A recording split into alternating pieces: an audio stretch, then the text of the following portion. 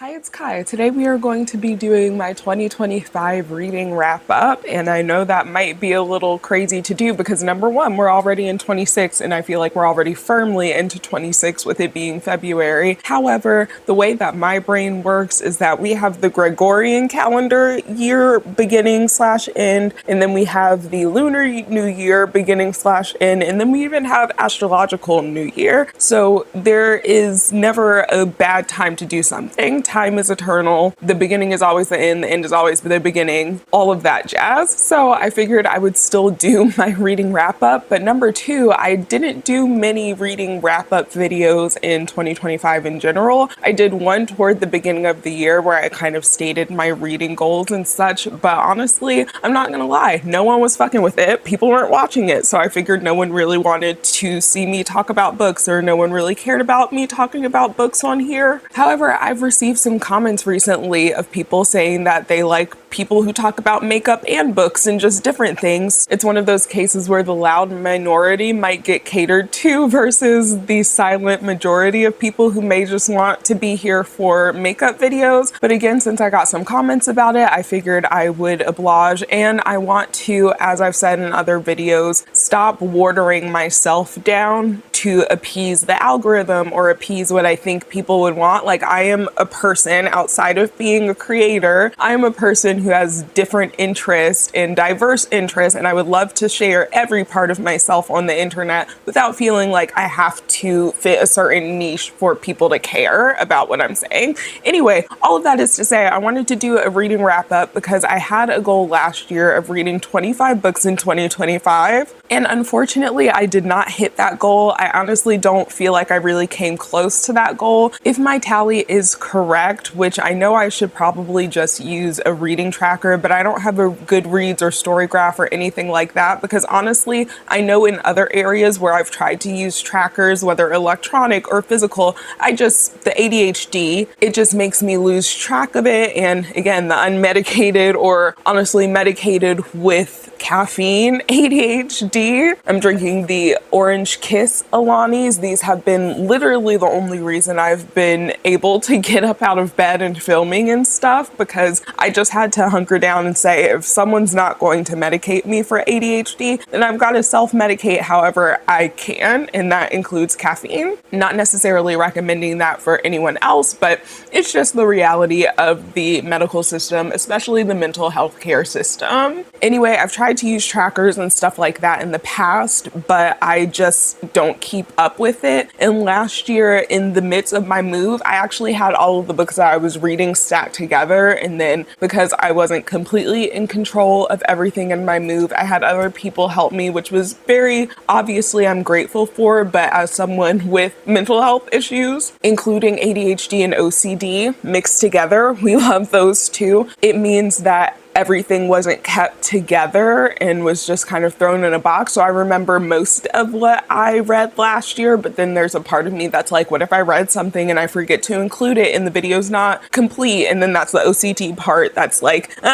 what's wrong with not being perfect or things not being complete? Anyway, we don't need to talk about all of that, but I did not hit my reading goal. I'm pretty sure I read either 9 or 10 books last year, so less than half of what I wanted to. But to be fair, I was dealing with a lot last year. I could do a chatty get ready with me just about everything that I went through last year. I've thought about doing like a Substack written post about it, but it would be a long thing to write, and then part of me is just like, ooh, do I even want to rehash some of it? But anyway, I figured since I don't have every single book, and honestly in the last update I did do kind of in-depth or semi-reviews on every single book that I was reading at the time, and I think maybe that's what wasn't appealing to people. So I figured I would do my top 2 and bottom 2 books of the year. That way it's not long and drawn out, and you can get an idea of what books I was enjoying last year and what I was gravitating toward reading versus what I was not very interested in reading. I also wanted to say I had a kind of side goal in the background of not purchasing any new physical books until I read every book that I currently have on my bookshelf. So I I had a Nook, couldn't buy any more books through a Nook, so I couldn't buy any electronic books, and I actually did not buy any books last year. So I did meet that mini goal that was outside of my overall goal, and again, that was something that I wanted to mention because there was actually only a few books in particular, and I can talk about them very quickly, but there were only a few books, honestly 2 in particular that I can think of that I was interested in. Emily Henry came out with a new book last year, and I've liked all of the books that I've read from her. I have all of them, so there's a part of me that wants to buy that just to have the collector's aspect of it, but also because I do enjoy her romance books. If I'm being completely honest, she's one of the few romance authors I feel like I can still stand at this point. A lot of romance, as someone who is living in the real world, is coming off as like cheesy and just almost sickeningly sweet to the point where it just isn't jiving with my brain anymore. But I also am not necessarily like a dark romance, like getting into the deeper, heavier topics. I prefer my romance to be somewhat light. I just want it to be, I guess, somewhat realistic, or the crux of each issue to not feel so small and inconsequential, and that be like the reason that they have conflict and break up and all of that. I honestly don't even remember what the title of that one is because I was just trying my hardest to not learn anything about it that would make me want to buy it more and betray myself as far as trying to read everything that I currently have before adding new books to my bookshelf. The second book is The House of Beauty, Lessons from the Image Industry, from my mutual over on the Clock app, actually, Arabelle, I hope I'm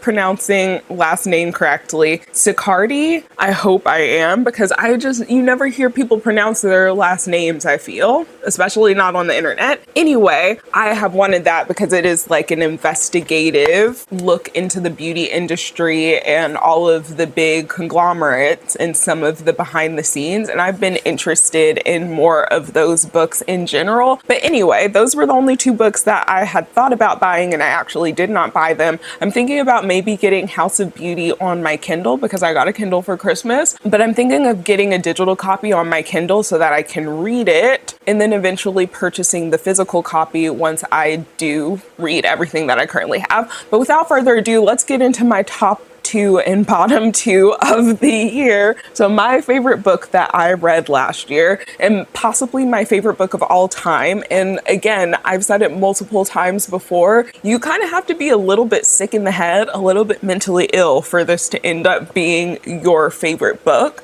But this book literally, number one, is the first thing that I've read from Toni Morrison, really, and just the imagery, the way this book is laid out, the storytelling, all of it, it horrified me. It fascinated me. I was just like, how is someone this gifted at writing? And especially like when you really think about it, especially since it's Black History Month, my ancestors, even just a few generations ago, and when I say my ancestors, I mean like Black people, Black Americans, descendants of like our few generations ago could have been slaves or like the first generation that were freed. And to know that I come from enslaved peoples who were literally discouraged from reading and writing, and that one of the best books I've ever read is from a Black woman.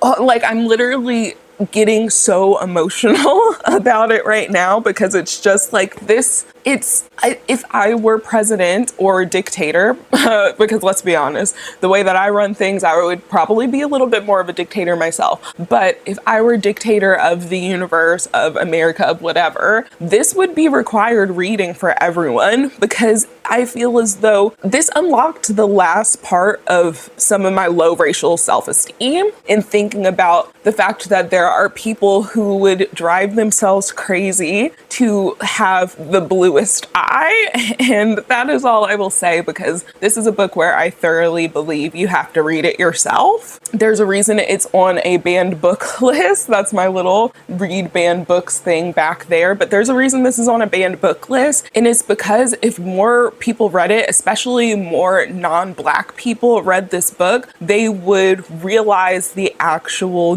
depth through which chattel slavery and just the way that people, like from the beginning, obviously, but how detrimental it has been to the psyche of Black people, and that despite all of this, we still persist. I think it would just change too many people's mind. There's no way you can read this and not come away a changed person. So again, I highly recommend every single person to read The Bluest Eye. I don't care really what age you are, even though I would recommend this for a older age group because it can be quite graphic. I would say if you're not at least 14, 15, and I would say you need to be a mature 14 or 15-year-old to read this. But if you're not at least in your high school years, I would say put this one down, and not necessarily because it would be too hard to read or because it would be above your comprehension, but because it is graphic and it changes you. I stared off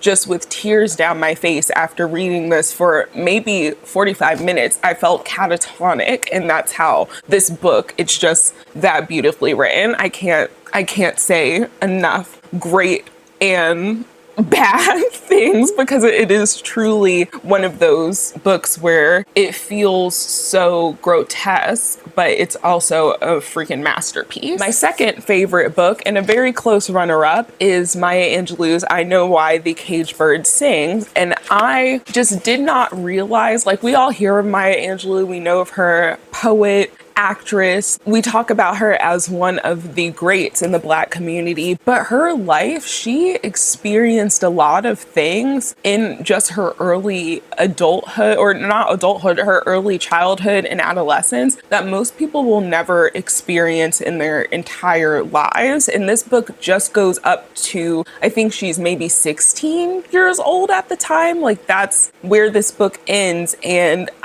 it's just, again, amazing and a testament to the fact that despite the odds being stacked against her as a person, her in the Black experience in America, in the South, in the North, wherever she was, that she was able to become literally one of our most decorated Black poets and actresses. So again, it was really interesting seeing her autobiographical account of her life, or her early life, and how it led her to the person that she is. And again, read banned books. I'm pretty sure that I Know Why the Caged Bird Sing is also banned. Actually, I think every book that I'm talking about today is banned except one of them. Okie dokie, and moving on to my bottom two, the first of which I've actually had this since I was in high school, and I finally finished reading it. And admittedly, I had picked it up so many times since high school, trying to read it and just being like, I can't get into it. One of the reasons is it is from a male's point of view and a teenage male's point of view. And if I'm being completely honest, most of the time I do not give a fuck about reading something from a man's point of view or from a male perspective, a boy's perspective, whatever. I'm not interested in it. The most interested I am in reading from a man's point of view is if it is a man who breaks the gender binary in some way, shape, or form. So again, just not really my thing. So that made it difficult for me to get into it overall. And then the more that I read it, I was just like, this is the book that everyone was going goo goo gaga over. Like, I know John Green had The Fault in Our Stars, and at the time I thought The Fault in Our Stars was very beautifully written. And then I had recently seen something surface about it that I was just like, yeah, that actually, like, if I had read that as an adult, I would kind of think this was not as revolutionary as everyone, made it out to be. If I'm not mistaken, it was specifically a passage about the main characters making out in Anne Frank's memorial. And I was like, yeah, that is pretty weird. That's really weird. And unfortunately, with Looking for Alaska, this is basically just Manic Pixie Dream Girl 101.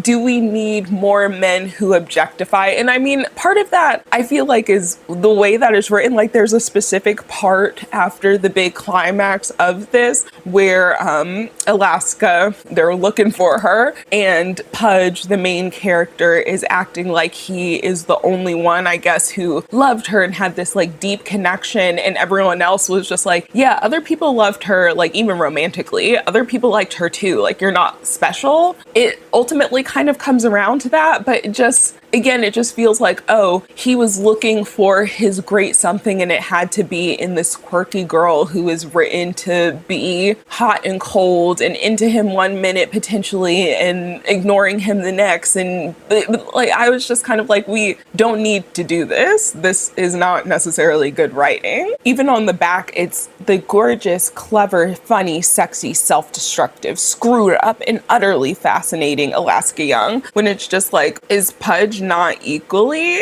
Like, when you read the book, it kind of makes you feel like, is he not equally as screwed up, trying to find his great perhaps in another person? I don't know. Again, it just reads as like white male literature. And if I'm being completely honest, I don't feel like this is me, the dictator in me coming out. I would put an embargo on white men writing at this point, because the older that I get, most of the time, it's not good. It's not good to me. And no shade if you like looking for Alaska, but I would encourage you to look at it through a different lens, because when I read that, it literally, like, nothing about Alaska is and again, that might be the point, that Pudge makes Alaska out to be like this object versus a person, but I feel like it never really like completely hammers it around, because it's still just like Pudge, the main character, had to experience Alaska to change and be a better person or be different or go after his life, and it's just kind of like, My runner-up for least favorite was The Family is Quieto by Ruben de Golado. I feel like I pronounced this wrong the last time I was talking about it, which I do still do short form book reviews over on the Clock app as well when I'm finishing up books. So if you want to see more in depth, which I try not to spoil them, but if you want to see a little bit more in depth about them, you can definitely go check them out there. And this one sounded like it was going to be so good. Like, it's about a family where there was a jealous brujo, a jealous witch that didn't like the family and started trying to hex and curse them, burying things on the property, and family members started either dying or mentally going crazy, or that, they just had things going on with them. So for years, the family is dealing with all of this, and they get to the point where they're trying to end up putting a stop to it. And it's telling each family's, or each part of the family's,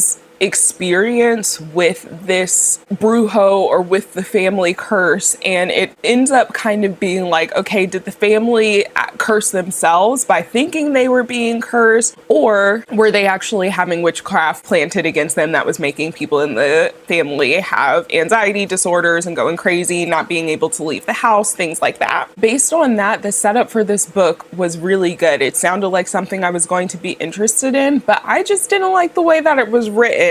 It was so disappointing to me that afterwards I went online to look up other reviews, and usually I don't really look up other people's reviews of a book because I'm just kind of like, my thoughts are my thoughts, what other people think of it, I don't really care. And it's not like we can't have a discussion about the book, or if you like something that I don't like, it's not that type of way. It's just when I have my idea of a review, it usually doesn't stick in my mind like, oh, I want to go see what other people think about this. But I was just so perplexed by how good this could have been, but how the execution wasn't there, that I did look up reviews of it. And in that, when I was learning more about the book, it was framed as, oh, it's a telling like an epic. And that framing helped make the straightforward, but also not quiteness of it make more sense. But what I was most disappointed about this is that it just seemed very disjointed. Like, we were bouncing around to different characters and trying to see how they all interacted with each other ultimately. But to me, it just never really came together completely. So it's like the substance was there, but it just lacked the structure, in my opinion. And for that reason,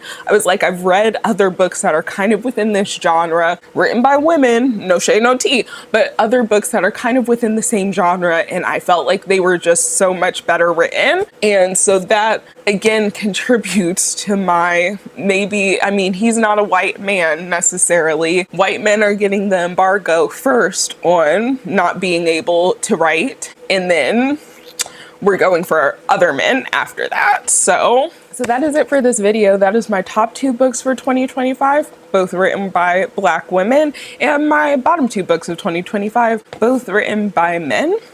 If that doesn't tell you where my reading interests and tastes are generally going, I feel like I can't help you. But anyway, I'm just kidding. But anyway, that's gonna be it for this video. I hope you guys who enjoy book content enjoy this. Let me know what you want to see out of my book content. If you want to see recommendations, just see in general what I'm reading and keep up with that way. Again, I usually do short form reviews on the books that I'm reading on the Clock app. So if you're interested in those, you can head over there as well. But I am going to sign off and finish my Alani and go to work for today. And I, again, hope you guys enjoyed this video. I hope you're staying safe and healthy wherever you are when you're watching this, and we'll talk in the next one.